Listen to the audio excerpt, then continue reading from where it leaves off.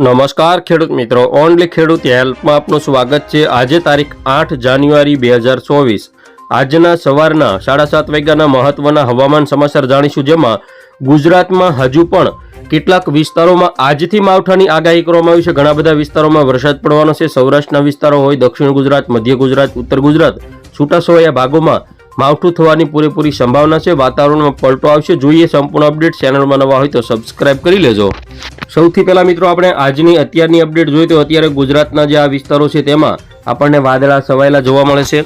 ખાસ કરીને સૌરાષ્ટ્રના જે વિસ્તારો છે જેમાં જૂનાગઢ છે, ગીર સોમનાથ છે, ભાવનગર છે, વડોદરા, સુરત, વલસાડ આજુબાજુના જે વિસ્તારો છે તેમજ અમદાવાદ, ડુંગરપુર, દાહોદ પંથક, વડોદરા, છોટાઉદેપુર તેમજ પાલનપુર આજુબાજુના વિસ્તારો હોય તેમાં પણ અત્યારે વાદળા છવાયેલા છે। વરસાદની અપડેટ જોઈએ। હવે આપણે વાત કરીએ આવતીકાલે, તો આવતીકાલે પણ સમગ્ર ગુજરાતના જે વિસ્તારો છે જેમાં સૌથી વધારે વાદળા છવાયેલા જોવા મળશે। જૂનાગઢ, ગીર સોમનાથ, અમરેલી, ભાવનગર, રાજકોટ, સુરેન્દ્રનગર, વડોદરા, છોટાઉદેપુર, ભરૂચ, સુરત, વલસાડ, નવસારી, ડાંગ, તાપી આ જે બધા વિસ્તારો છે તેમજ ઉત્તર ગુજરાતના વિસ્તારો અને મધ્ય ગુજરાતમાં અમદાવાદ, ગાંધીનગર, ખેડા, આણંદ, મહેસાણા, બનાસકાંઠા, સાબરકાંઠા આ બધા વિસ્તારોમાં પણ વાદળા છવાયેલા જોવા મળશે। હવે આપણે જોઈએ વરસાદની અપડેટ।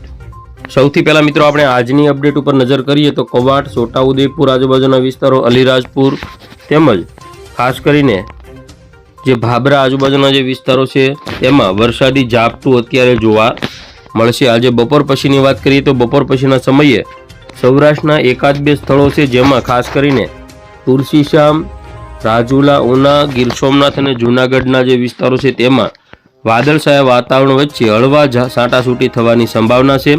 તો આજે રાત્રિના સમયની વાત કરીએ તો ખાસ કરીને ખેડબ્રહ્મા સાઈડના જે વિસ્તારો છે, અંબાજી, ખેડબ્રહ્મા તેમજ ડુંગરપુર, વડનગર આ બધા વિસ્તારોમાં પણ વરસાદની સંભાવના છે। આવતીકાલે વહેલી સવારે ખાસ કરીને સૌરાષ્ટ્રના વિસ્તારોની વાત કરીએ તો સૌરાષ્ટ્રમાં પણ વરસાદી ઝાપટાની સંભાવના છે। જેસર, તળાજા, મહુવાના કોઈ વિસ્તારો, બગદાણા આજુબાજુ તેમજ પાલીતાણા, સિહોર, બુધેલ, ભાવનગર સુધીના જે વિસ્તારો છે, જસદણ સાઈડના વિસ્તારો તેમજ ધોળકા આજુબાજુ, તારાપુર, નળ સરોવર, મહેમદાવાદ, મહુધા, ડાકોર, બાલાસિનોર, કપડવંજ, અમદાવાદ, વિરમગામ, ગાંધીનગર, માણસા, હિંમતનગર, મોડાસા, માલપુર, બાયડ, ગાંધીનગર સાઈડના જે તમામ વિસ્તારો છે, દાહોદ પંથક, લુણાવાડા આજુબાજુના વિસ્તારો તેમજ ખાસ કરીને ઉદયપુર સાઈડના જે વિસ્તારો છે ઉત્તર ગુજરાતના તેમાં પણ વરસાદની સંભાવના ગણી શકાય। દક્ષિણ ગુજરાતના વિસ્તારો જોઈએ સુરત, ભરૂચ, અમોદ, વડોદરા, છોટાઉદેપુર, રાજપીપળા આજુબાજુના વિસ્તારો તેમજ ખંભાત, ધોળકા, નડિયાદ, કપડવંજ, લુણાવાડા, ગોધરા, દાહોદ આ બધા જે વિસ્તારો છે, ડુંગરપુર, હિંમતનગર, બાંસવાડા આ બધા વિસ્તારોમાં સૌથી વધારે વરસાદી માહોલ જોવા મળશે। હવે વાત કરીએ 9 તારીખે બપોર પછીના સમયે ખાસ કરીને દક્ષિણ ગુજરાતના જે વિસ્તારો છે જેમાં ડાંગ, બોખડેલ, સાપુતારા, સતાણા, વાની, કપરાડા આ જે બધા વિસ્તારો છે, મહારાષ્ટ્ર નજીકના વિસ્તારો તેમાં વરસાદની સંભાવના છે। હળવા મધ્યમ ઝાપટા પડવાની શક્યતા છે। તેમજ 10 તારીખની વાત કરીએ તો 10 તારીખની અંદર પણ ખાસ કરીને ડુંગરપુર સાઈડના અને દાહોદ પંથકના જે વિસ્તારો છે અને દક્ષિણ ગુજરાતના જે વિસ્તારો છે, સુરત, વલસાડ, નવસારી, ડાંગ, તાપી આ બધા વિસ્તારોમાં પણ વરસાદી માહોલ જોવા મળશે।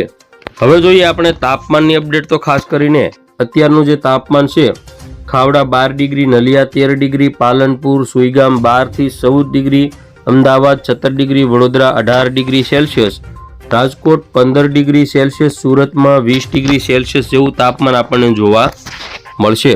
તો આજે બપોરનું જે તાપમાન છે તેની વાત કરીએ તો આખા ગુજરાતની અંદર એવરેજ 27 થી 30 ડિગ્રી સેલ્સિયસ તાપમાન જોવા મળશે।